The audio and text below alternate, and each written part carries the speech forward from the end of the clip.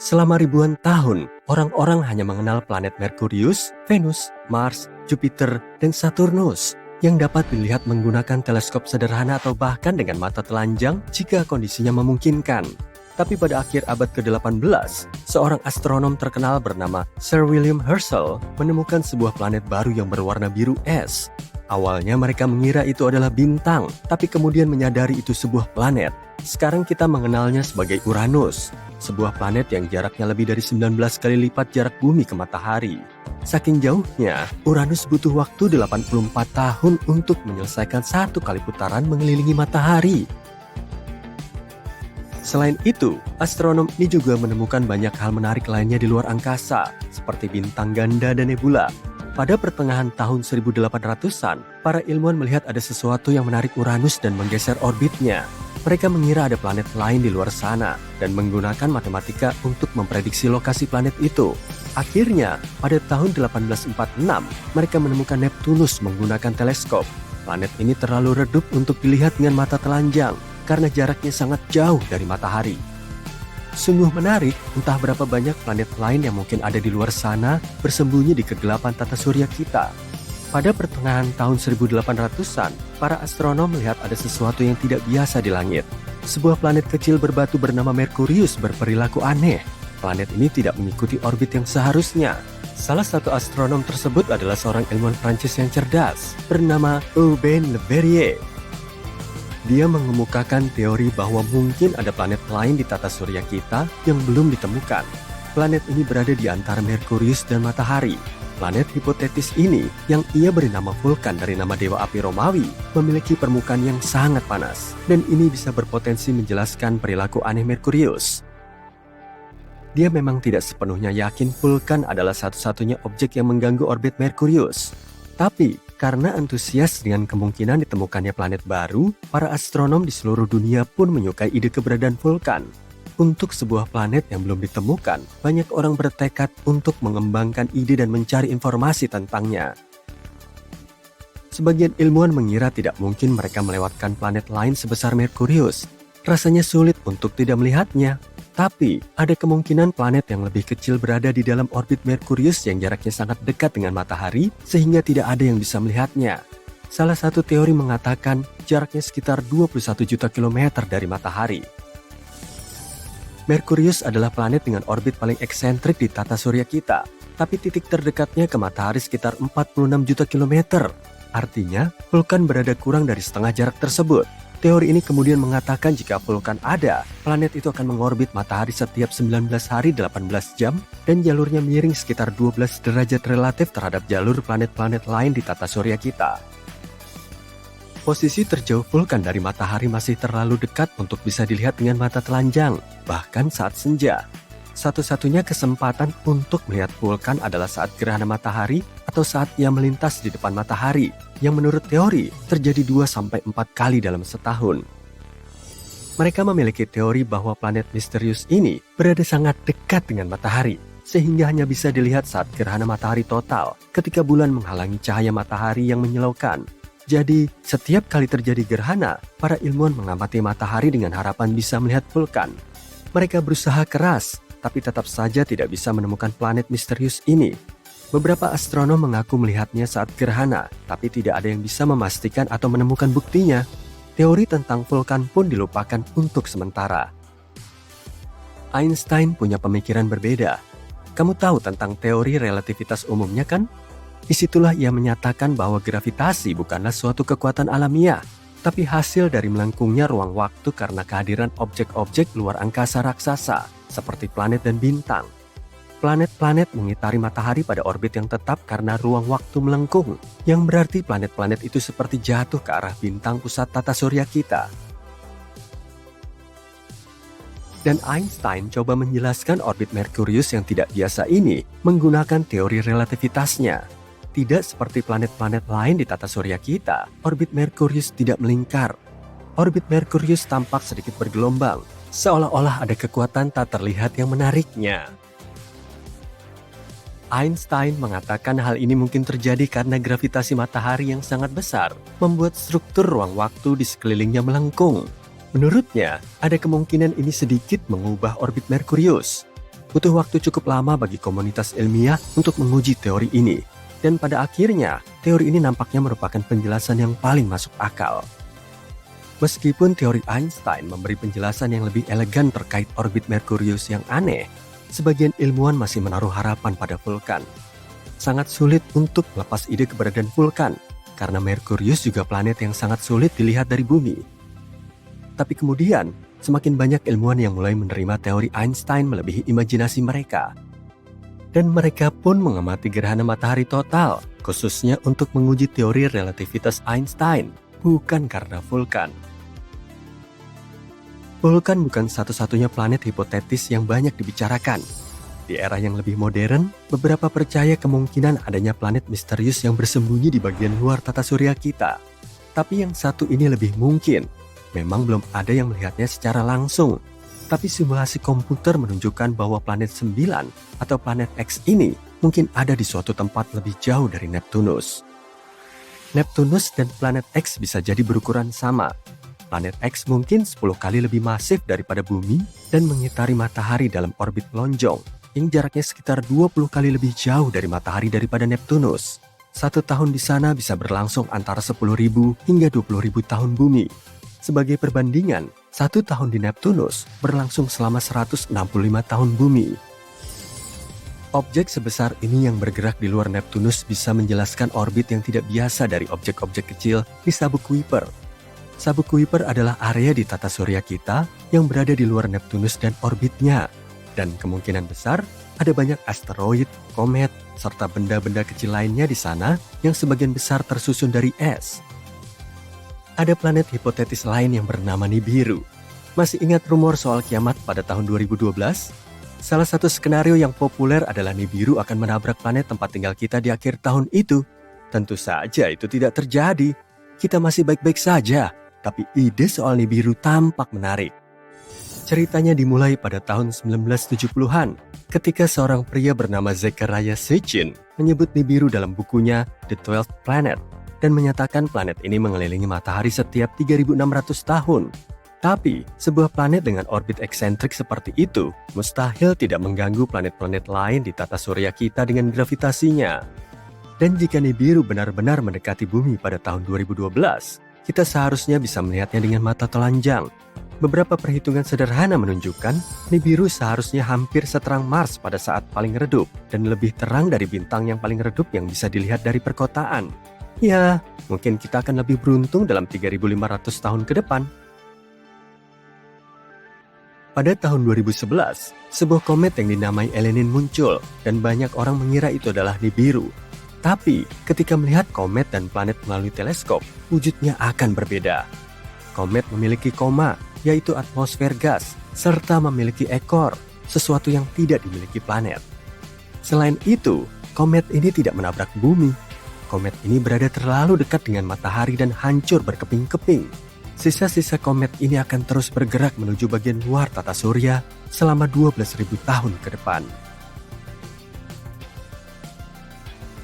Kita mungkin semakin dekat untuk menemukan planet es yang masih di luar orbit Neptunus.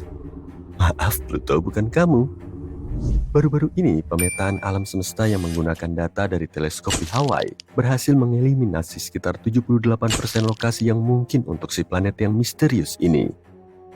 Beberapa orang menyebutnya planet 9, sementara yang lain lebih memilih planet X. Apapun namanya, planet ini telah menimbulkan kontroversi sejak keberadaannya pertama kali diusulkan. Dan itu terutama karena tidak ada penelitian yang bisa menjawab pertanyaan besar, apakah planet ini benar-benar ada? Jika ditemukan, planet 9 akan menjadi planet terbesar kelima di tata surya dengan massa 10 kali massa bumi. Planet ini juga diduga berbentuk gas seperti Uranus. Studi awal tentang planet 9 yang dilakukan pada tahun 2016 menunjukkan bahwa planet baru yang sangat besar ini mengorbit matahari 20 kali lebih jauh daripada Neptunus yang berada pada jarak 4,5 miliar kilometer. Akibatnya, planet 9 akan membutuhkan waktu antara 10.000 hingga 20.000 tahun untuk menyelesaikan satu kali orbit mengelilingi matahari. Jika dikonfirmasi, planet yang belum ditemukan ini akan mendominasi wilayah yang lebih besar daripada planet lain yang sudah diketahui di lingkungan kosmik kita. Ini semua adalah hipotesis yang menarik, tapi tanpa satupun bukti atau observasi yang mendukungnya. Sebelum menganggapnya sebagai tebakan liar, penting untuk dicatat bahwa para peneliti ini mengandalkan pemodelan matematika yang rumit dan simulasi komputer untuk berspekulasi tentang karakteristik planet ini, karena itulah yang mereka lakukan. Kehadiran hipotetis planet ini akan menjelaskan berbagai fitur misterius yang berada di luar Neptunus. Secara khusus, kita berbicara tentang sabuk Kuiper, sebuah area berbentuk donat yang sangat besar dan penuh dengan puing-puing es yang tersisa dari pembentukan tata surya, termasuk komet dan planet kerdil seperti Pluto. Yang terjadi adalah keenam objek terjauh di sabuk Kuiper punya orbit elips yang semuanya berorientasi pada arah yang sama di dalam ruang angkasa dan miring sekitar 30 derajat ke bawah relatif terhadap bidang orbit ke-8 planet yang telah diketahui. Yang aneh adalah, meskipun kecepatan orbitnya berbeda di sekeliling tata surya, objek-objek itu tetap mempertahankan kesejajaran ini. Kemungkinan kesejajaran seperti itu terjadi secara acak sangatlah kecil, sekitar 0,007%. Jadi inilah planet 9, sebuah benda langit masif hipotetis yang menawarkan penjelasan masuk akal untuk fenomena aneh ini, yang berpotensi memberikan pengaruh gravitasi untuk membentuk orbit-orbit ini. Teori awal tidak bertahan lama menghadapi tuduhan bias pengamatan dan kesalahan perhitungan. Kemudian pada tahun 2017, sebuah penelitian lain muncul, memicu kembali gagasan bahwa mungkin planet 9 ada di luar sana. Kali ini, para astronom Spanyol mencoba pendekatan baru dengan fokus mengamati objek Transneptunus yang ekstrim. Benda-benda langit ini mengorbit matahari dalam lintasan elips yang sangat panjang dengan jarak rata-rata lebih dari 22 miliar kilometer. Hasil penelitian menunjukkan kalau jarak antara titik-titik objek-objek tersebut dengan matahari bisa memberi petunjuk lokasi planet 9. Titik-titik tersebut merupakan titik-titik di mana orbit benda langit bersinggungan dengan bidang tata surya. Ketika mencapai titik-titik ini, objek-objek ini akan berinteraksi dengan benda-benda lain di tata surya yang berpotensi menyebabkan perubahan signifikan pada orbitnya atau bahkan tabrakan. Jadi jika lintasan benda-benda Transneptunus yang ekstrim ini tetap stabil, semuanya baik-baik saja. Tapi jika tidak, itu pertanda ada sesuatu yang lain, sesuatu yang besar yang mengacaukan lintasannya. Dan itulah yang ditemukan dalam penelitian ini. Ada sesuatu yang tidak terlihat di luar sana yang membuat objek-objek ini keluar dari jalurnya. Dan sesuatu itu bisa jadi sebuah planet yang berada pada jarak antara 300 sampai 400 kali lebih jauh dari matahari daripada bumi. Sampai saat ini, studi tentang objek Transneptunus yang ekstrim ini merupakan bukti terkuat yang kita miliki untuk keberadaan planet 9. Dan jika kamu masih belum yakin dengan teori ini, ketahuilah bahwa gerakan aneh seperti ini telah mengarah pada penemuan planet sebelumnya. Neptunus misalnya, ditemukan karena gerakan Uranus tidak sesuai dengan prediksi gravitasi Newton. Tapi pembelokan orbitnya bisa dijelaskan jika hal itu disebabkan oleh tarikan planet yang belum ditemukan. Dan begitulah kita menemukan Neptunus. Pada tahun 2021, ada banyak hal menarik tentang planet 9 lagi. Setelah mengoreksi beberapa dugaan lama, penelitian sekarang mengarah pada gagasan bahwa dunia misterius ini mengikuti putaran epik mengelilingi matahari setiap 7.000 tahun. Ini merupakan berita besar, karena artinya planet ini mungkin lebih dekat dari yang kita duga sebelumnya, sehingga memudahkan teleskop-teleskop kita untuk menemukannya. Makalah ini juga menunjukkan bahwa ada kemungkinan 99% bahwa orbit yang aneh dari objek-objek jauh ini disebabkan oleh planet yang tidak terlihat ini, bukan hanya kebetulan kosmik. Sekarang kemungkinan seluruh situasi ini hanya kebetulan adalah 1:250%, yang jauh lebih baik daripada 1:10.000 pada tahun 2016. Semua angka optimis ini telah membawa kita ke tempat kita saat ini, menjaga harapan kita dan mengupayakan peralatan yang lebih baik untuk melanjutkan misi menemukan planet 9. Seperti yang telah disebutkan sebelumnya, para peneliti di Hawaii membuat semacam peta harta karun dengan menggunakan Panoramic Survey Telescope dan Rapid Response System untuk mengeliminasi 78% lokasinya. Ini adalah berita bagus, mengingat betapa sulitnya menemukan jarum syukuran planet di tumpukan jerami kosmik. Tapi sayangnya, keberadaan planet 9 masih menjadi misteri di bagian terluar tata surya yang gelap. Para penggemar masih yakin akan keberadaannya dan percaya bahwa hanya tinggal menunggu waktu saja sebelum kita merayakan penemuan sepupu kosmik bumi yang baru.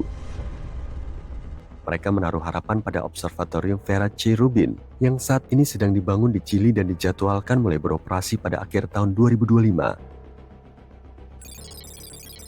Selama 10 tahun, observatorium ini akan memindai seluruh langit belahan bumi selatan setiap beberapa malam dengan teleskop 8 meter yang bergerak cepat dan dilengkapi dengan kamera digital terbesar di dunia.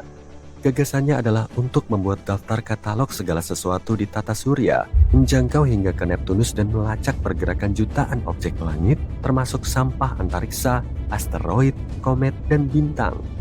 Jika planet 9 memang ada di luar sana, teleskop generasi berikutnya ini bisa jadi akan menemukannya.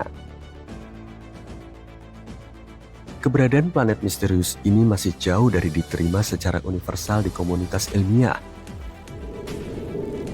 Hal ini dikarenakan planet 9 bukanlah satu-satunya penjelasan untuk fenomena aneh yang terjadi di luar Neptunus. Salah satu teori menyatakan bahwa sekelompok objek jauh, seperti planet Katai, komet, dan bulan, mungkin secara kolektif mempengaruhi orbit objek-objek trans-Neptunus yang ekstrim. Sebagian lagi percaya kalau lubang hitam ada di balik semua ini.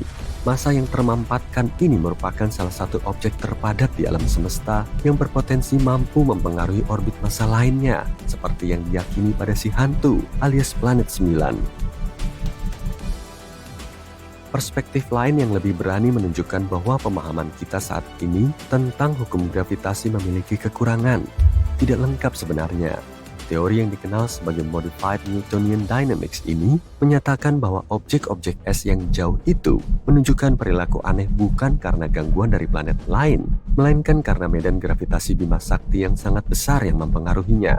Namun, para pendukung teori ini pun mengakui bahwa masih terlalu dini untuk menarik kesimpulan yang pasti dan masih diperlukan penelitian yang lebih luas. Sementara kita terus mencari planet 9, beberapa astronom telah melangkah lebih jauh dengan menduga keberadaan planet 10. Planet ini memiliki massa dan ukuran seperti Mars atau Bumi dan terletak di tepi sabuk Kuiper. Masalahnya jika si terduga planet 10 ini memang sekecil yang diyakini para ilmuwan, ia mungkin tidak memiliki gravitasi yang cukup untuk membersihkan orbitnya dari puing-puing. Dan hal ini mirip dengan apa yang terjadi pada Pluto, yang menjadi salah satu alasan kenapa Pluto mengalami masalah pada tahun 2000-an. Jadi ya, lebih baik jangan terlalu bersemangat. Si terduga planet 10 ini mungkin akan diklasifikasikan sebagai planet Katai lainnya. Percaya nggak kamu, gurita adalah pengunjung dari luar angkasa. Kejadiannya seperti ini. Telur gurita yang tersimpan di dalam es yang terjebak dalam benda-benda angkasa jatuh ke bumi. Kemudian, mereka akan bercampur dengan informasi genetik yang sudah ada di planet kita. Lalu, gurita pun lahir.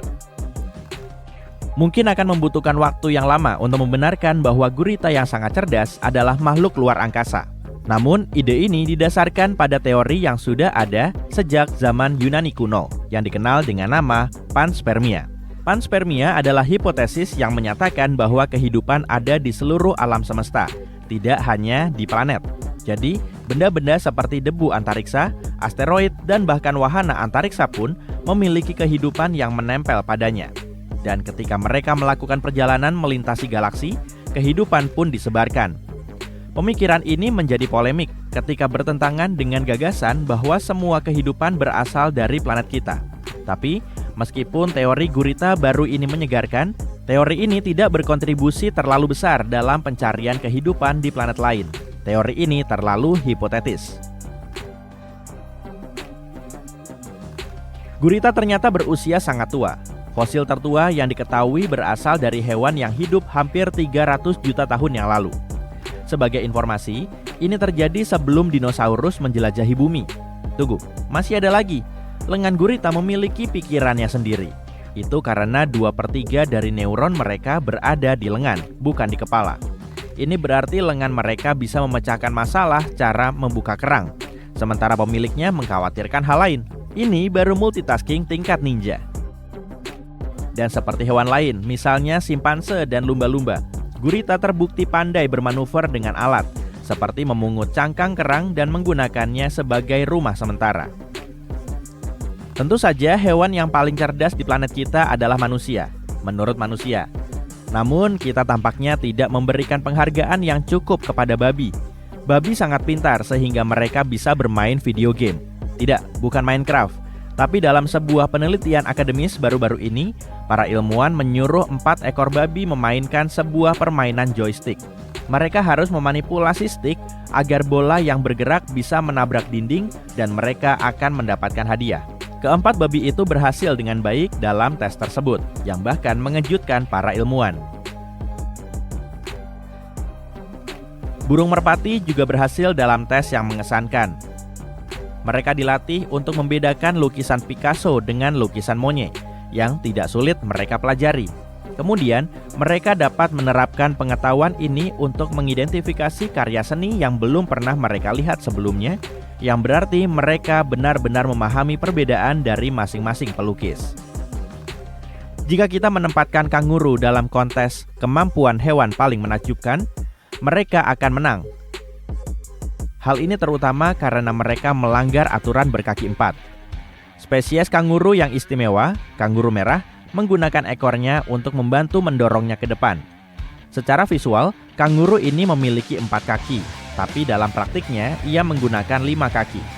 Mereka secara biologis dibentuk untuk menggunakan ekornya sebagai anggota tubuh kelima karena ekornya penuh dengan tulang belakang yang diartikulasikan dan otot-otot yang tebal. Tentu saja, ini adalah hewan Australia. Terlepas dari lelucon ini, Australia adalah rumah bagi berbagai hewan unik, seperti ular paling berbisa di dunia. Reptil yang tidak terlalu imut ini dikenal sebagai taipan pedalaman dan bisa yang dimilikinya cukup untuk melumpuhkan 100 orang dewasa. Dan masih dalam topik hewan berbahaya, pulau ini juga merupakan rumah bagi salah satu laba-laba paling berbisa di dunia, laba-laba jaring corong, yang dapat ditemukan tidak terlalu jauh dari pusat kota Sydney. Astaga! Little Mermaid mungkin telah menunjukkan kepada kita bahwa kehidupan di bawah laut itu menyenangkan, tapi dia tidak menyebutkan apapun tentang cara-cara hidup aneh ikan anglerfish.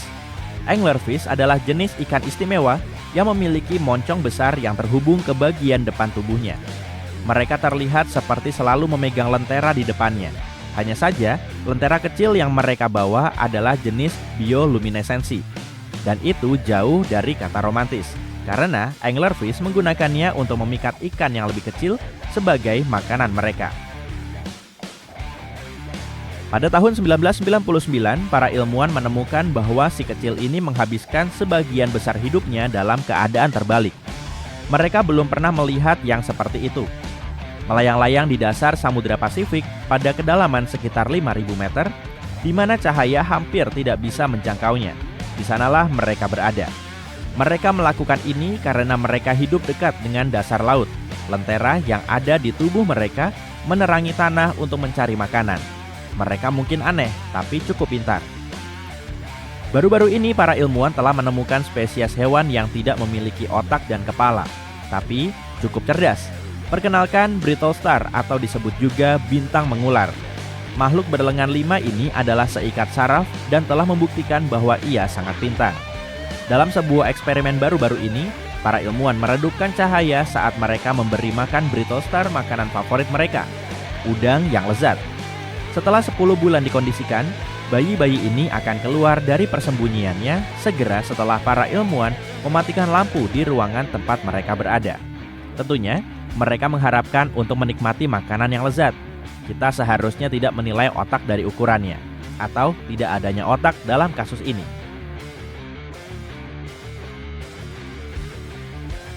Ada sesuatu yang dikenal sebagai perilaku kucing oranye, dan ternyata ini bukan sekedar meme. Sejauh ini, para ilmuwan telah dapat memahami bahwa warna bulu berhubungan dengan jenis kelamin kucing. Dan karena warna oranye adalah kromosom X, kucing oranye biasanya jantan, seperti Garfield. Apa yang disebut perilaku kucing oranye menggambarkan kucing oranye sebagai agen kekacauan. Sekali lagi, sangat mirip dengan Garfield. Namun, belum ada penelitian konklusif mengenai apakah warna bulu dan perilaku kucing benar-benar terkait. Dalam hal penglihatan, udang mantis mungkin memiliki penglihatan yang paling psikedelik di antara semua hewan. Makhluk yang tampak lucu ini memiliki 16 jenis fotoreseptor, dengan 5 diantaranya diperuntukkan bagi spektrum ultraviolet atau UV. Sinar ultraviolet memiliki panjang gelombang yang sangat pendek, yang tidak terlihat oleh manusia. Hal yang masih belum dipahami oleh ilmu pengetahuan adalah bagaimana tepatnya udang mantis ini melihat dunia di sekitar mereka. Tentu saja, mereka bisa melihat sekumpulan warna, tapi mereka tidak bisa membedakan semua warna tersebut di antara mereka sendiri. Bisa jadi, mereka hanya melihat banyak warna yang sangat jelas dan sangat buram. Tapi, kita belum menemukan cara untuk memeriksanya. Mengatakan bahwa kungkang itu lucu adalah pernyataan yang meremehkan. Mereka mungkin salah satu hewan paling ramah di hutan, tapi masih ada lagi. Jika kamu melihat lebih dekat pada mantel bulu mereka, kamu akan melihat sedikit warna hijau. Warna hijau ini sebenarnya adalah ganggang kecil yang tumbuh bersama kungkang. Tumbuhan ini membantu kungkang berkamuflase dengan lebih baik di hutan, tapi juga memelihara mereka. Celah-celah kecil di dalam bulu kungkang menciptakan lingkungan yang sempurna untuk reproduksi ganggang, dan para ilmuwan telah menemukan spesies ganggang yang tidak ada di tempat lain di dunia. Mereka bertahan hidup dengan sedikit bantuan dari teman-temannya. Jauh di dalam gurun Sahara, kamu akan menemukan makhluk kecil yang dikenal sebagai rubah fennec. Hewan bertelinga besar ini beradaptasi dengan sempurna untuk bertahan hidup di lingkungan yang tidak bersahabat. Telinga yang besar membantu mereka untuk mengusir panasnya gurun yang tak tertahankan, serta membantu mereka berburu mangsa di bawah tanah. Lihatlah makhluk ini. Tidak seperti namanya, panda merah lebih mirip dengan rakun daripada panda raksasa. Kamu akan menemukan banyak makhluk seukuran kucing ini di wilayah Himalaya, melompat dari satu pohon ke pohon lainnya dan berkumpul bersama untuk menghangatkan diri dari cuaca yang keras. Mereka lembut dan ramah seperti sepupu panda besar mereka, dan sesekali menikmati makan beberapa batang bambu. Lalu kita punya lebah. Dibandingkan dengan manusia, otak lebah hanya sebesar kepala peniti. Namun, mereka mampu melakukan hal-hal yang mencengangkan. Katakanlah seekor lebah kehabisan energi setelah melakukan penerbangan pencarian yang panjang. Lebah ini sangat membutuhkan setetes madu untuk terus terbang. Tapi cerdasnya, ia tidak perlu kembali ke sarang untuk mengisi ulang tenaga. Dia bisa meminta setetes madu kepada sesama lebah langsung dari perut lebah lain dan terus terbang. Jenis sistem terdesentralisasi ini memungkinkan mereka membangun masyarakat yang sangat efektif. Lebah tidak perlu memotong antrian di depan sarang madu. Misalnya, bercanda deng. Bayangkan sebuah raksasa yang kuat seperti matahari bertabrakan dengan lawan yang kecil tapi perkasa, sebuah lubang hitam kecil. Tabrakan sudah dekat dan nasib tata surya terancam. Akankah matahari mampu bertahan dari tarikan gravitasi yang kuat dari lubang hitam, atau akankah ia ditelan seluruhnya? Jawabannya ada pada gaya-gaya yang berperan dalam tabrakan kosmik yang menakjubkan ini. Yuk kita uraikan. Pertama-tama, apa itu lubang hitam? Lubang hitam adalah area di ruang angkasa yang gravitasinya sangat kuat sehingga tidak ada sesuatu pun, bahkan cahaya sekalipun, yang bisa lolos darinya. Seperti penyedot debu kosmik, lubang hitam menyedot apapun yang terlalu dekat. Lubang hitam sangat besar sehingga melengkungkan struktur ruang waktu di sekelilingnya. Lubang hitam adalah salah satu objek paling menakutkan dan misterius di alam semesta. Kekuatan alam yang sangat kuat yang menentang pemahaman fisika kita, sebuah teka-teki alam semesta yang sesungguhnya. Lubang hitam memiliki ukuran yang berbeda-beda, mulai dari yang kecil yang lebarnya hanya beberapa mil, sampai yang supermasif yang masanya miliaran kali massa matahari. Sebagian besar lubang hitam terbentuk dari keruntuhan bintang masif. Setelah lubang hitam lahir, ia akan terus membesar dan melahap semua yang dilewatinya. Jika dua atau lebih lubang hitam bertabrakan satu sama lain, mereka akan bergabung menjadi monster kosmik yang sangat besar dalam sebuah tarian yang mengerikan. Tapi bagaimana dengan yang lebih kecil? Lubang hitam terkecil yang diketahui disebut lubang hitam bintang. Lubang hitam ini memiliki massa 3-10 massa matahari, tapi ukurannya sangat kecil. Lubang hitam ini seperti mengambil semua materi di tata surya dan memadatkannya menjadi benda sebesar kota New York. Lubang hitam ini tergolong sangat kecil. Sebagai perbandingan, lubang hitam bermassa menengah memiliki berat antara 100 hingga 1000 massa matahari dan lubang hitam supermasif memiliki berat jutaan atau miliaran massa matahari dengan ukuran yang tidak terbayangkan. Jadi lubang hitam bintang pada dasarnya tidak ada apa-apanya dibanding saudara-saudaranya.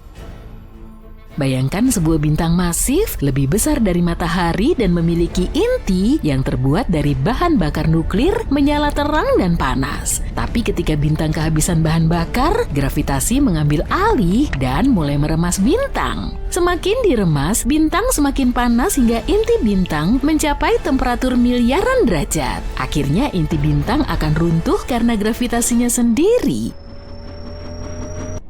Hal ini menciptakan ledakan besar yang disebut supernova. Keruntuhan ini menciptakan singularitas yang berarti titik dengan kepadatan dan gravitasi yang tak terbatas. Titik ini dikelilingi oleh cakrawala peristiwa, garis tak terlihat yang tidak dapat dilewati oleh apapun termasuk cahaya. Begitu saja, voila, sebuah lubang hitam bintang lahir. Cukup menakjubkan kan? Lubang hitam bintang adalah jenis lubang hitam yang paling umum kita kenal. Mereka bisa ditemukan di seluruh penjuru galaksi kita. Bagaimana kemungkinan monster kecil seperti itu akan mendatangi matahari kita? Dan jika demikian, apa yang akan terjadi pada kita? Sebenarnya kemungkinan matahari bertabrakan dengan lubang hitam sangatlah kecil, hampir tidak mungkin hal itu terjadi. Meskipun lubang hitam bintang merupakan jenis lubang hitam yang paling umum di alam semesta kita, lubang hitam tidaklah umum. Kesempatan matahari dan lubang hitam berpapasan sangatlah langka, sehingga pada dasarnya ini seperti memenangkan lotre antar galaksi. Hanya saja kemenangan ini tidak akan menyenangkan. Untuk tahun 2023, lubang hitam terdekat yang diketahui dari tata surya adalah Gaia BH1. Massa Gaia BH1 sekitar 10 kali lebih berat daripada massa matahari. Bahkan lubang hitam yang satu ini berjarak 1600 tahun cahaya dari kita atau sekitar kuadriliun mil. Jadi bisa dikatakan matahari kita tidak akan pergi dalam waktu dekat, tapi jangan pernah mengatakan tidak akan pernah kan? Seperti halnya peristiwa astronomi lainnya, kita perlu memahami berbagai cara agar peristiwa seperti ini bisa terjadi. Sebagai contoh, bisa saja terjadi jika sebuah lubang hitam yang nakal melintasi tata surya, seperti halnya komet atau asteroid yang melintas. Sayangnya tidak seperti komet dan asteroid, lubang hitam tidak tampak dan hanya bisa dideteksi oleh tarikan gravitasinya. Jadi kita tidak bisa melihat lubang hitam yang besar dan menakutkan meluncur ke arah kita. Kita hanya akan tahu kalau lubang hitam itu ada jika ia menyebabkan gangguan pada orbit objek-objek di dekatnya. Lalu apa yang terjadi? Kita tahu bahwa matahari adalah bintang yang sangat besar dan bercahaya di pusat tata surya kita. Usianya sekitar 4,5 miliar tahun dan memiliki bahan bakar yang cukup untuk bertahan selama 5 miliar tahun lagi. Bintang ini sangat besar sehingga sulit untuk memahami ukurannya. Bahkan jika kalian memasukkan semua planet di tata surya ke dalam bintang ini, masih ada ruang untuk menampung planet-planet lainnya. Bintang ini sangat masif, hampir 100% massa total tata surya. Sulit untuk membayangkan bagaimana sebuah lubang hitam yang kecil dan tidak berarti, yang ukurannya ribuan kali lebih kecil daripada bintang ini bisa melahapnya. Dan kalian benar, tidak akan bisa, setidaknya tidak sepenuhnya. Bayangkan jika ada lubang hitam nakal yang tiba di tata surya dan mulai mendekati matahari. Ketika semakin dekat, gravitasi lubang hitam yang sangat besar akan mulai menarik materi dari permukaan matahari. Matahari akan mulai meregang dan terdistorsi. Inilah yang disebut spaghettifikasi. Bayangin karet gelang yang diregangkan hingga putus, seperti itulah yang akan terjadi pada matahari. Materi yang terkumpul ini akan membentuk piringan yang berputar-putar di sekeliling lubang hitam yang disebut piringan akresi. Ketika semakin banyak materi yang ditarik, piringan tersebut akan memanas dan mulai memancarkan radiasi yang intens. Dan ketika matahari ditarik, ia akan mulai melepaskan sejumlah besar energi dalam bentuk cahaya dan panas. Matahari akan menjadi jauh lebih terang dan lebih panas dari sebelumnya. Lapisan terluar matahari akan menguap, menciptakan awan gas gas dan debu yang sangat besar yang akan mengembang ke arah luar. Kejadian ini akan menjadi seperti pertunjukan kembang api kosmik, tapi dengan konsekuensi yang mengerikan. Meskipun itu akan menjadi salah satu pemandangan paling spektakuler di alam semesta, kita tidak akan bisa melihatnya. Seperti yang sudah kamu duga, bumi akan mengalami masa-masa sulit, radiasi yang kuat dan materi matahari akan menyebabkan kebakaran hutan yang sangat besar dan panas yang sangat kuat akan menguapkan lautan. Bumi akan dihujani partikel berenergi tinggi, atmosfer akan terionisasi. Singkatnya, kehidupan yang kemungkinan bisa bertahan akan mendekati nol. Tabrakan ini akan memiliki konsekuensi yang luas tidak hanya bagi bumi, tapi juga bagi seluruh tata surya. Radiasi dan panas yang sangat kuat akan menguapkan semua yang dilaluinya, semua planet akan hancur. Nah, matahari sebagai objek yang jauh lebih besar daripada bintang pada umumnya tidak akan sepenuhnya dilahap oleh lubang hitam. Tapi, matahari akan terdistorsi dan terganggu secara signifikan. Gravitasi lubang hitam yang sangat kuat akan menyebabkan lapisan terluar matahari tertarik menjauh, menciptakan ledakan dahsyat yang disebut peristiwa gangguan pasang surut. Tapi bagaimanapun juga, pada akhirnya lubang hitam akan menang. Lubang hitam itu akan membesar dan piringan akresi baru akan terbentuk di sekelilingnya. Seperti yang telah kita lihat, tabrakan matahari dengan lubang hitam, baik lubang hitam yang kecil maupun yang besar, akan menjadi peristiwa yang sangat epik dan dahsyat. Tapi untungnya, seperti yang sudah kita bahas, kemungkinan tabrakan semacam itu sangatlah kecil. Namun bukan berarti kita harus berhenti mempelajari lubang hitam dan potensi dampaknya pada alam semesta. Semakin banyak kita belajar tentang objek misterius ini, kita akan semakin siap untuk memahami dan memprediksi perilakunya. Yuk kita terus meneliti, menjelajahi, dan mengamati kedalaman ruang angkasa. Siapa tahu suatu hari nanti kita akan menemukan lubang hitam yang terlalu penasaran dan berada terlalu dekat dengan matahari. Semoga saja saat itu kita sudah tinggal di planet lain yang jauh ya. Cincin Saturnus yang ikonik itu akan menghilang dalam waktu kurang dari 2 tahun. Tak lama lagi kita tidak akan bisa melihat bintik merah besar Jupiter. Atmosfer Pluto juga akan lenyap dalam waktu dekat. Bahkan, alam semesta sendiri bisa jadi sedang menguap secara perlahan-lahan saat ini juga. Tapi, mari kita mulai dari awal. Cincin Saturnus tidak akan lenyap selamanya, setidaknya dalam waktu dekat. Namun, cincin-cincin itu akan menghilang dari pandangan. Fenomena ini disebabkan oleh kemiringan planet ini saat mengorbit matahari. Akibatnya, cincin-cincin yang memukau yang menghiasi planet gas raksasa ini tidak akan terlihat lagi oleh para pengamat bintang dalam waktu 25 tahun lagi. Penghilangan yang keterlaluan ini terjadi karena cincin tipis Saturnus berubah menjadi tepi. Ini seperti memegang selembar kertas secara horizontal sejajar dengan permukaan tanah, sehingga hanya bagian tepi kertas yang terlihat. Hal yang sama juga terjadi pada cincin-cincin planet gas raksasa ini. Seiring dengan pergantian musim di planet ini, alih-alih sisi selatan cincin yang miring ke arah kita, kita mulai melihat sisi utara. Tapi kemudian, planet ini miring lagi, menampakkan sisi selatan sekali lagi. Perlintasan bidang cincin seperti itu terjadi setiap 15 tahun ketika planet kita melewati bidang cincin raksasa gas tersebut. Terakhir kali fenomena ini terjadi pada tahun 2009. Setelah itu, cincin-cincin tersebut secara bertahap mulai terlihat lagi selama beberapa bulan. Kali ini, cincin-cincin tersebut akan terlihat jelas pada bulan Maret tahun 2025. Kemudian perlahan-lahan akan kembali terlihat dan menghilang lagi pada bulan November di tahun yang sama. Setelah itu, cincin-cincin tersebut akan muncul kembali, pertama kali terlihat oleh teleskop terbesar, kemudian untuk dilihat oleh semua orang. Di saat yang sama di masa depan, cincin Saturnus bisa saja lenyap untuk selamanya. Para astronom menyimpulkan bahwa cincin Saturnus yang sebagian besar terdiri dari es dan debu berbatu dari asteroid yang hancur ternyata lebih muda dari yang kita duga. Cincin Saturnus kehilangan bertonton massa per detik setiap saat, dan kemungkinan besar cincin Saturnus akan lenyap dalam waktu paling lama beberapa ratus juta tahun sebelum akhirnya lenyap sama sekali. Mari kita beralih ke bintik merah besar di Jupiter. Badan besar yang mengamuk ini mungkin akan berhenti berputar dalam 20 tahun ke depan. Badai yang dimaksud lebih besar dari planet kita. Badai ini pertama kali terlihat pada tahun 1830, tapi pengamatan dari tahun 1600-an juga menyebutkan adanya bintik raksasa di Jupiter. Jika itu adalah bintik merah raksasa yang sama, maka bisa dikatakan badai tersebut telah berkecamuk selama berabad-abad.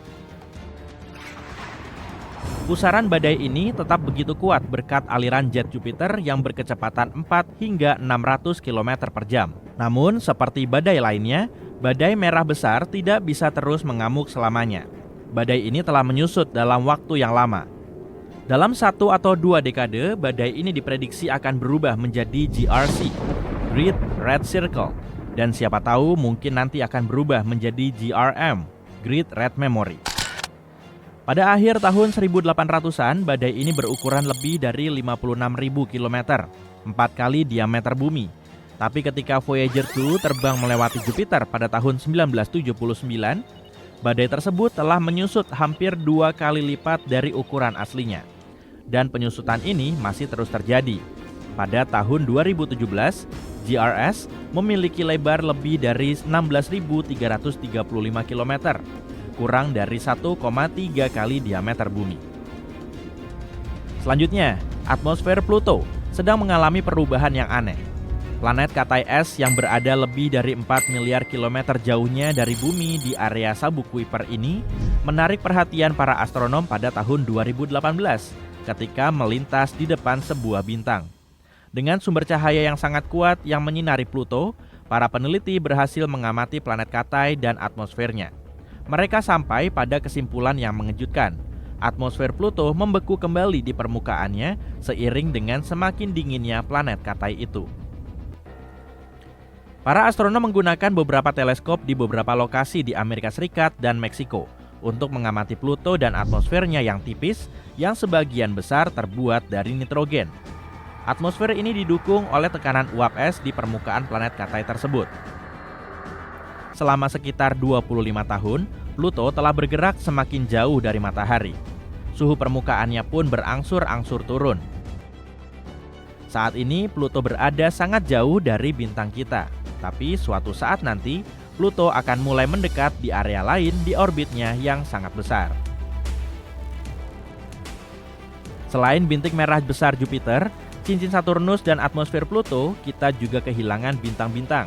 Tapi, bintang tidak lenyap, bukan? Selama ribuan tahun, para ilmuwan meyakini bahwa cahaya di langit itu tetap dan tidak berubah.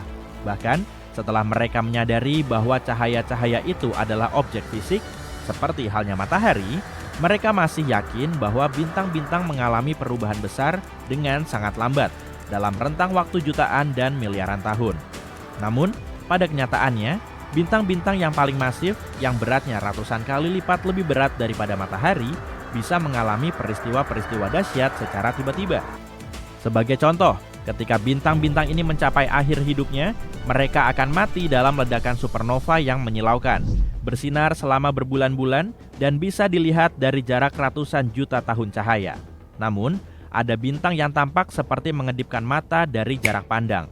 Seharusnya itu tidak mungkin terjadi, dan selama beberapa tahun terakhir, sekelompok peneliti mencoba mencari tahu apakah ada kemungkinan fenomena seperti itu terjadi. Mereka mulai membandingkan data yang dikumpulkan selama beberapa dekade pengamatan. Proyek ini dinamakan VASCO, Vanishing and Appearing Sources During a Century of Observation. Para ilmuwan tertarik pada semua jenis objek yang menghilang, tapi mereka berharap bisa menemukan bintang yang stabil dan ada dalam waktu yang lama, dan kemudian lenyap begitu saja tanpa jejak. Meskipun kalian mengarahkan teleskop yang sangat canggih ke sana, kamu tidak akan melihat apa-apa. Pemahaman kita saat ini tentang ruang angkasa dan hukum-hukumnya menunjukkan bahwa bintang-bintang berubah dengan sangat lambat dalam jangka waktu yang lama. Penghilangan yang dramatis seharusnya meninggalkan jejak yang nyata. Tentu saja ini tidak berarti bahwa semua bintang akan terus bersinar. Langit dipenuhi dengan bintang-bintang yang berubah kecerahannya dan berdenyut. Tetapi, VASCO adalah tentang sesuatu yang sangat berbeda. Mereka ingin menemukan sesuatu yang berubah dari bintang yang benar-benar stabil menjadi lenyap sama sekali. Fenomena seperti itu belum pernah didokumentasikan, dan penemuan semacam itu bisa jadi akan membawa kita pada ilmu fisika baru. Dan sekarang mari kita beralih ke bagian yang paling menggelisahkan, yaitu tentang alam semesta yang menguap. Menurut teori terkenal yang diajukan oleh Stephen Hawking, lubang hitam, objek terpadat di alam semesta, menguap seiring berjalannya waktu. Mereka kehilangan massa dalam bentuk radiasi yang aneh. Namun, sebuah studi baru mengklaim bahwa radiasi Hawking atau sesuatu yang sangat mirip dengannya mungkin tidak terbatas pada lubang hitam. Kemungkinan besar radiasi ini ada di mana-mana, dan bisa jadi itu artinya alam semesta perlahan tapi pasti sedang menguap tepat di depan mata kita. Sekarang radiasi Hawking adalah sesuatu yang belum pernah diamati oleh siapapun. Namun teori dan eksperimen menunjukkan bahwa radiasi ini benar-benar ada. Mari kita lihat bagaimana cara kerjanya. Ada kesalahpahaman bahwa lubang hitam adalah pengisap kosmik yang menyedot segala sesuatu yang terlalu dekat dengan bantuan tarikan gravitasinya yang sangat besar. Pada kenyataannya, lubang hitam tidak memiliki gravitasi yang lebih besar daripada benda-benda lain yang bermassa serupa. Yang membuat lubang hitam terkenal adalah kerapatannya. Jumlah massa yang luar biasa besar yang dikemas ke dalam ruang yang sangat kecil. Dalam jarak tertentu dari objek yang begitu padat, tarikan gravitasi menjadi sangat kuat sehingga mustahil untuk melarikan diri. Bahkan, kecepatan cahaya di ruang hampa pun tidak cukup, dan itu adalah hal tercepat yang diketahui di alam semesta. Pada saat yang sama, apapun yang masif atau cukup padat dapat menghasilkan kelengkungan ruang waktu yang serius. Dengan kata lain, medan gravitasi yang sangat besar dari objek-objek ini membuat ruang waktu melingkari mereka. Meskipun lubang hitam merupakan contoh paling ekstrim, ruang waktu juga melengkung mengelilingi objek-objek superpadat lainnya, seperti katai putih dan bintang-bintang neutron atau gugus galaksi. Artinya, setiap objek yang sangat rapat dan sangat masif bisa memiliki radiasi yang mirip dengan radiasi Hawking. Dan setelah jangka waktu yang sangat lama, radiasi ini bisa menyebabkan semua yang ada di alam semesta menguap, mengikuti nasib lubang hitam supermasif yang sudah tua. Jika hal ini benar, maka hal ini akan mengubah pemahaman kita bukan hanya tentang radiasi Hawking, tapi juga pandangan kita tentang alam semesta dan masa depan alam semesta, dan masa depan kita. Alam semesta adalah tempat yang besar, misterius, dan selalu berubah. Tapi seperti halnya kita memiliki foto bayi yang menunjukkan penampilan kita saat masih kecil, para ilmuwan juga memiliki foto bayi alam semesta. Hanya saja mereka bisa melihat 14 miliar tahun ke masa lalu. Bagaimana mungkin? Yuk kita cari tahu. Bayangkan memenangkan Oscar Science untuk sebuah foto yang menunjukkan seluruh alam semesta ketika masih bayi. Para ilmuwan mencapai prestasi fantastis ini dengan menggunakan Wilkinson Microwave Anisotropy Probe milik NASA. Untuk mengambil foto ini, mereka membuat satelit yang sangat keren, meluncurkannya ke luar angkasa, dan mengumpulkan data dalam jumlah besar tentang alam semesta. Foto ini ternyata merupakan harta karun kosmik. Foto ini membantu menjawab beberapa pertanyaan terbesar alam semesta, tapi juga menyingkap beberapa misteri baru. Data terobosan ini mengonfirmasi model standar kosmologi dan memberitahu kita kalau alam semesta kita berusia sekitar 13,7 miliar tahun. Selain itu, data ini juga menunjukkan kalau elemen-elemen yang ada di tabel periodik biasa hanya merupakan sebagian kecil dari resep alam semesta. Sejujurnya ini bukanlah foto dalam pengertian yang biasa, tentu saja kita tidak bisa memotret apa yang terjadi di masa lampau. Foto yang kita bicarakan ini disebut latar belakang Cosmic Microwave Background atau disingkat CMB. Nah, CMB itu seperti cahaya redup yang bersinar yang memenuhi seluruh alam semesta ke segala arah. Petunjuk inilah yang bisa membantu kita memahami bagaimana alam semesta berevolusi menjadi seperti sekarang ini. CMB adalah cahaya super keren yang memenuhi seluruh alam semesta. Ketika kamu melihat melalui teleskop biasa, ruang di antara bintang-bintang dan galaksi-galaksi tampak sangat gelap. Tapi dengan teleskop radio yang luar biasa, kita bisa mendeteksi kalau ruang kosong dan gelap itu diisi oleh cahaya yang sangat redup dan bahkan sangat terang. Cahaya ini ada di sekeliling kita dan tidak berasal dari bintang atau galaksi manapun. Ini adalah cosmic microwave background dan paling kuat di bagian gelombang mikrospektrum radio. CMB adalah harta karun yang membeku, sangat dingin sekitar minus 270,6 derajat Celcius. Brrr, itu lebih dingin dari musim dingin yang pernah kamu alami. Cahaya purba ini terbentuk sekitar 380.000 tahun setelah Big Bang yang terjadi sekitar 14 miliar tahun yang lalu. Jadi kita melihat jauh ke masa lalu. Pada awalnya, alam semesta ini seperti kabut tebal berisi plasma yang sangat panas. Temperaturnya hampir 277.777.760 derajat Celcius. Saking panasnya, atom-atom pun belum ada, hanya elektron dan proton liar yang memantul-mantul seperti kesetanan. Karena kabut yang sangat panas ini, cahaya apapun yang mencoba merambat dihamburkan oleh elektron-elektron yang nakal. Pada dasarnya, hal ini seperti mencoba melihat melalui kaca depan mobil yang berkabut, tapi kemudian alam semesta mulai mengembang ke segala arah seperti balon kosmik yang semakin membesar. Dan alam semesta masih terus mengembang sampai sekarang. Ketika alam semesta melakukan hal itu, alam semesta mulai mendingin. Ketika alam semesta berusia 380.000 tahun, akhirnya alam semesta menjadi cukup dingin sehingga elektron dan proton bisa bersatu. Partikel-partikel kecil ini mulai bergabung membentuk sebagian besar atom hidrogen. Ketika hal itu terjadi, alam semesta akhirnya menjadi transparan seperti jendela yang jernih dan momen transisi ajaib ini disebut zaman rekombinasi. Setelah era berkabut berakhir, cahaya bisa bergerak bebas. Alam semesta menjadi seperti taman bermain yang luas bagi cahaya untuk memantul-mantul dan menjelajah. Seperti yang kamu ketahui, cahaya memiliki kecepatan tertentu 300.000 km per detik tepatnya. Cahaya dari tempat yang jauh membutuhkan waktu untuk mencapai kita. Jadi dengan kata lain, CMB adalah cahaya tertua di alam semesta. Foto ini seperti foto yang diambil saat alam semesta baru saja menjadi jernih dan transparan.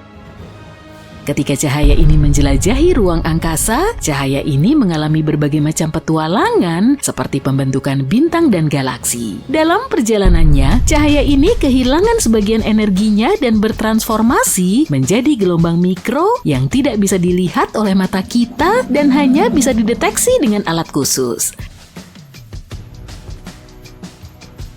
Selain itu, ada beberapa hal rumit yang dapat mengacaukan data, misalnya gugus galaksi. Gugus galaksi adalah kelompok-kelompok besar galaksi yang berkumpul bersama di ruang angkasa. Ketika cahaya purba dari CMB menjelajahi alam semesta, ia bertemu dengan gugus-gugus ini. Gugus-gugus yang licik ini mencoba meninggalkan jejak di CMB. Mereka mengubah pola-pola pada cahaya purba seperti menodai tinta pada buku kuno yang penting. Karena itu para ilmuwan harus menciptakan teknik dan superkomputer untuk membantu membersihkan kekacauan ini dan menguraikan semuanya dengan benar. Karena semua ini, CMB tidak sepenuhnya mulus. Ada beberapa tonjolan dan pola kecil. Pola-pola aneh ini membuatnya unik seperti sidik jari alam semesta. Para ilmuwan telah menggunakan alat yang luar biasa seperti Cosmic Background Explorer, Wilkinson Microwave Anisotropy Probe untuk mempelajari pola-pola ini. COBE, kamera kosmik kita, memotret peta langit dalam gelombang mikro untuk pertama kalinya dari tahun 89 hingga tahun 93.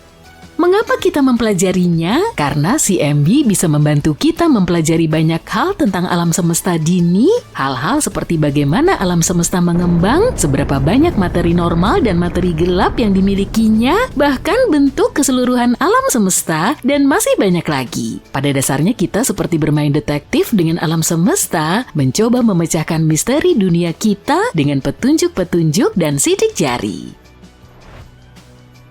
Lalu bagaimana hasilnya? Nah, alat yang mengagumkan seperti Wilkinson Microwave Anisotropy Probe membantu kita mempelajari lebih banyak fakta yang luar biasa. Sebagai contoh, kita menemukan kita hanya bisa melihat 5% dari alam semesta. Bayangkan alam semesta sebagai sebuah kue kosmik. Para ilmuwan mengetahui bahwa 68%-nya terdiri dari sesuatu yang disebut energi gelap dan 27%-nya adalah materi gelap. Hanya 5% kecil yang terbuat dari materi normal, materi yang bisa dilihat oleh manusia. Jadi sebagian besar alam semesta ini seperti dunia tersembunyi yang tidak bisa kita bayangkan. Kita juga menemukan apa yang terjadi di awal mula alam semesta. Bayangkan alam semesta sesaat setelah Big Bang, alam semesta sangat kecil, jauh lebih kecil daripada proton. Semua yang kita lihat saat ini dijejalkan ke dalam ruang yang sangat kecil ini. Aturan mekanika kuantum yang memungkinkan hal-hal aneh dan liar terjadi sedang berjalan lancar saat itu. Materi dan energi seperti petualang yang sedang bermain-main, meminjam dari masa depan dan menghilang ke dalam ketiadaan. Kemudian inflasi kosmik terjadi dan alam semesta tiba-tiba mengembang seperti popcorn dalam skala kosmik. Alam semesta menjadi triliunan kali lebih besar dari sebelumnya, menciptakan gelombang-gelombang kekacauan gravitasi di mana-mana. Sebagian gelombang gravitasi memenuhi alam semesta yang masih bayi seperti lautan dan polanya meninggalkan sidik jari yang unik pada cahaya CMB. Semua itu bisa dipelajari berkat foto-foto CMB. NASA punya rencana yang luar biasa untuk mempelajari foto bayi alam semesta. Mereka akan menggunakan observatorium keren bernama Piper, singkatan dari Primordial Inflation Polarization Explorer. Bayangkan Piper sebagai balon ruang angkasa khusus yang akan terbang tinggi di langit dari tempat bernama Fort Summer di New Mexico. Balon ini memiliki 2 teleskop canggih yang berada di dalam wadah seukuran bak mandi air panas berisi helium cair. Helium cair ini sangat dingin, yaitu sekitar minus 269 derajat Celcius. Tapi Piper menyukai dingin karena sangat sensitif. Apa misinya? Untuk mempelajari masa-masa awal alam semesta langsung dari foto bayi pertamanya. Ketika Piper berada di atas sana, ia akan mengamati CMB dengan seksama, mencoba menemukan pola-pola tersembunyi yang menyimpan rahasia bagaimana alam semesta bertumbuh dan berubah dari waktu ke waktu. Mata-mata dengan kaca pembesar ini akan mengamati 85% langit. Peluncuran Piper dijadwalkan pada akhir September. Kamu bahkan dapat menyaksikan aksi pengisian balon yang menarik ini secara langsung di situs web Columbia Scientific Balloon Facility. Ini akan menjadi hal yang luar biasa menyenangkan. Jadi latar belakang gelombang mikrokosmik bagaikan pendongeng yang menjelajah waktu, memberi kita petunjuk berharga tentang masa lalu alam semesta yang luar biasa. Bukankah itu mengagumkan? Ruang angkasa penuh dengan kejutan dan masih banyak lagi yang bisa dijelajahi. Teruslah mengamati bintang-bintang dan siapa tahu ada hal lain yang bisa kita temukan di luar sana. 23 Agustus 2023, hari di mana pesawat ruang angkasa Chandrayaan-3 milik India membuat sejarah dengan menjadi yang pertama mendarat di kutub selatan bulan, tempat yang biasanya tidak dapat kita lihat dari bumi.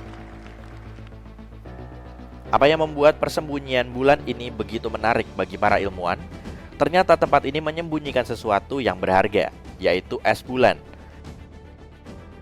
Tempat ini diyakini memiliki es yang lebih melimpah daripada yang kita temukan di utara. Dan tidak sulit untuk melihat kenapa para ilmuwan begitu bersemangat tentangnya. Ini adalah sumber air yang membeku, dan ini bisa menjadi kunci untuk membangun rumah permanen di bulan, atau bahkan menjadi bahan bakar untuk misi ke Mars. Para ilmuwan telah mengetahui tentang es ini selama lebih dari 2 dekade, sejak pesawat ruang angkasa NASA secara tidak sengaja menemukannya dalam salah satu misi. Kemudian, pada tahun 2018, NASA dengan penuh kemenangan menyatakan bahwa mereka 100% yakin akan hal itu. Mereka mengatakan bahwa kutub selatan bulan memiliki air yang berlimpah. Bayangkan ini, pemukim bulan di masa depan bisa memanfaatkan pasokan air ini. Ini bisa membantu kita mempertahankan kehidupan di lanskap bulan yang tandus. Selain itu, dengan memecah air menjadi oksigen dan hidrogen, kita bisa mendapatkan udara dan bahan bakar roket. Semua ini akan membuat misi ke bulan menjadi lebih layak dan mandiri. Ini juga merupakan kilasan ke masa lalu. Es purba ini, yang mungkin sama tuanya dengan bulan itu sendiri, bisa membuka misteri yang ada di bulan dan bumi. Tapi ternyata air sama sekali tidak langka di luar angkasa. Mungkin ada banyak planet di luar sana yang bisa mendukung kehidupan. Kita tahu hal ini karena kita mulai menemukan uap air di sekeliling bintang, dan air di sana sangat mirip dengan air di tata surya. Penemuan ini menunjukkan kalau air di bumi awalnya berasal dari luar angkasa. Air terbentuk di sekitar bintang dalam awan uap yang sangat panas. Kemudian, air berubah menjadi es dan menempel pada partikel-partikel debu yang sangat kecil. Partikel-partikel ini saling menempel seiring berjalannya waktu dan menjadi objek yang lebih besar seperti komet, planet, dan benda-benda lainnya. Sebagian di antaranya menjadi komet dan planet di tata surya kita. Dan begitulah cara air menyebar ke seluruh alam semesta. Dan mungkin juga begitulah cara air sampai ke planet kita dan bulan. Para ilmuwan menduga bahwa es di bulan mungkin telah melakukan perjalanan ke sini ribuan tahun yang lalu. Mungkin es itu menumpang di asteroid yang kaya air dan menabrak permukaan bulan. Semua ini memiliki implikasi besar bagi kita.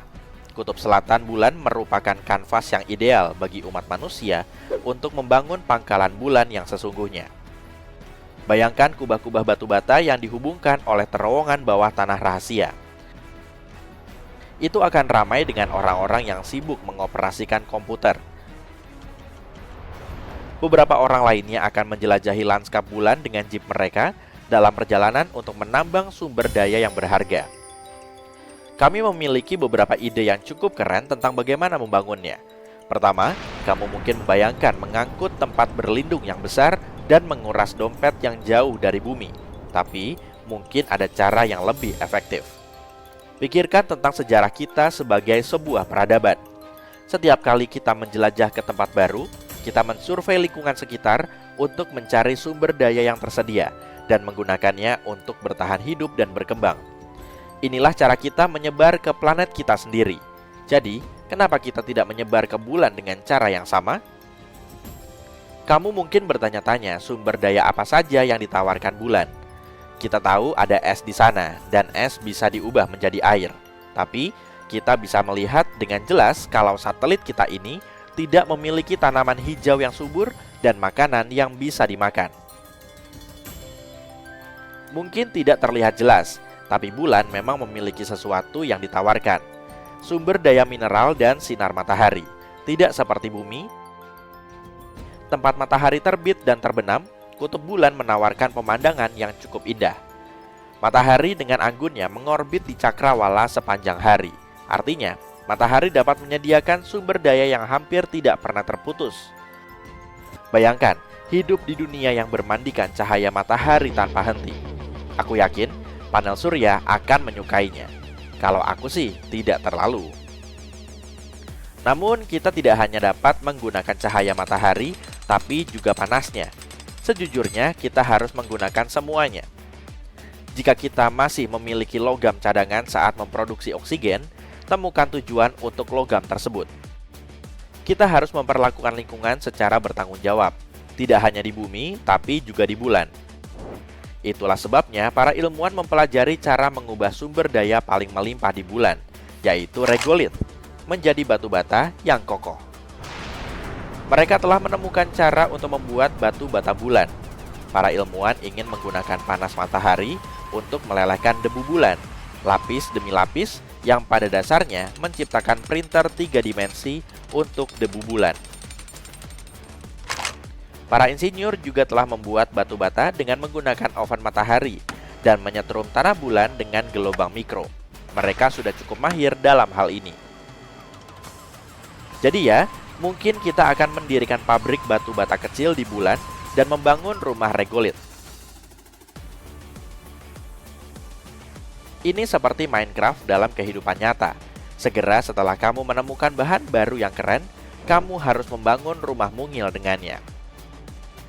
Jika berhasil, batu bata ini bisa digunakan untuk membangun seluruh bangunan yang berpotensi mengganti modul-modul tiup atau memberi kehidupan baru pada pendarat yang ditinggalkan. Jadi, apakah para astronot harus menjadi tukang batu yang terampil? Ya, mereka tidak akan melakukan semuanya sendiri. Kita harus membuat sistem otomatis kecil yang melibatkan robot-robot yang bekerja secara kolaboratif. Manusia, tentu saja, akan mengawasi lokasi konstruksi. Terlepas dari semua otomatisasi ini, para ilmuwan percaya bahwa tinggal di bulan akan menjadi, ya sebut saja, nyaman. Desainnya bisa berupa tempat tinggal bertingkat atau area serbaguna. Namun akan ada beberapa tantangan juga. Di bulan, segala sesuatunya menjadi ekstrim. Bayangkan suhu terik yang bisa mencapai 100 derajat Celcius di siang hari. Dan di malam hari, suhu bisa turun hingga minus 290 derajat. Dan ini bukan hanya soal cuaca. Bulan terpapar radiasi matahari, sinar kosmik, dan hantaman mikrometeorit tanpa henti. Semua hal ini secara bertahap merusak apapun di permukaannya. Tantangan besar lainnya adalah debu bulan. Di bulan tidak ada udara untuk dihirup, dan debu di sana bisa menyebabkan masalah. Dan debu yang satu ini bukan debu biasa. Debu ini sangat lengket dan bahkan bisa membuat para astronot bersin-bersin dan matanya berair, seolah-olah mereka mengalami demam bulan. Debu ini juga bisa merusak peralatan dan pakaian antariksa. Bisa dibilang, debu bulan ini bukan main-main. Para ilmuwan telah menemukan bahwa debu tersebut terbentuk ketika meteor menghantam bulan, menciptakan partikel-partikel kecil dan pecahan-pecahan kaca yang tajam. Debu ini beracun, dan partikel-partikel kecilnya bisa melayang-layang di gravitasi bulan yang rendah, sehingga sulit untuk bernapas. Tidak seperti di bumi, di bulan tidak ada angin atau hujan yang bisa membersihkannya. Jadi, sekarang para ilmuwan sedang mempelajarinya untuk mencari tahu cara mencegah masalah yang mengganggu ini, merusak seluruh misi mereka. Ada banyak hal di bulan yang tidak terlihat oleh mata. Para ilmuwan juga ingin menyelidiki misteri gelombang elektromagnetik frekuensi rendah di sana. Gelombang ini merupakan bisikan dari alam semesta yang jauh. Sinyal-sinyal yang sulit dipahami ini tetap tersembunyi dari kita selama berabad-abad. Kita hanya bisa menangkap hiruk-pikuk suara radio dan kebisingan latar belakang lainnya, tapi hanya itu. Akan tetapi, di sisi gelap bulan, kita akhirnya bisa merekam dan mempelajarinya. Mempelajari gelombang ini akan membantu para ilmuwan membuka rahasia asal-usul alam semesta. Ini bukan hanya tentang bumi atau bulan, tapi juga tentang mengintip ke masa-masa awal terbentuknya dunia kita. Laboratorium bulan yang baru bisa membantu kita untuk membentuk kembali pemahaman kita tentang alam semesta. Jadi, NASA memiliki beberapa rencana besar di bulan sekarang. Misi Artemis mereka berhasil kembali ke bumi pada bulan Desember setelah hampir sebulan berada di luar angkasa. Misi ini menjelajah jauh melampaui bulan. Misi ini membuktikan kemampuan beberapa perkembangan teknologi terbaru yang akan membantu kita menjelajahi Mars. Tujuan Artemis adalah untuk membangun kehadiran yang langgeng di bulan. Mereka ingin membuat pintu gerbang seperti stasiun ruang angkasa di orbit sekitar satelit untuk membantu pendaratan.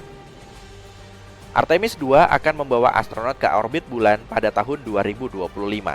Dan selama misi Artemis 3 yang akan berlangsung pada pertengahan tahun 2026, 2 astronot akan mendarat di dekat kutub selatan bulan. Sangat mungkin bahwa pangkalan bulan akan dibangun dalam beberapa dekade ke depan, jadi kita nantikan saja.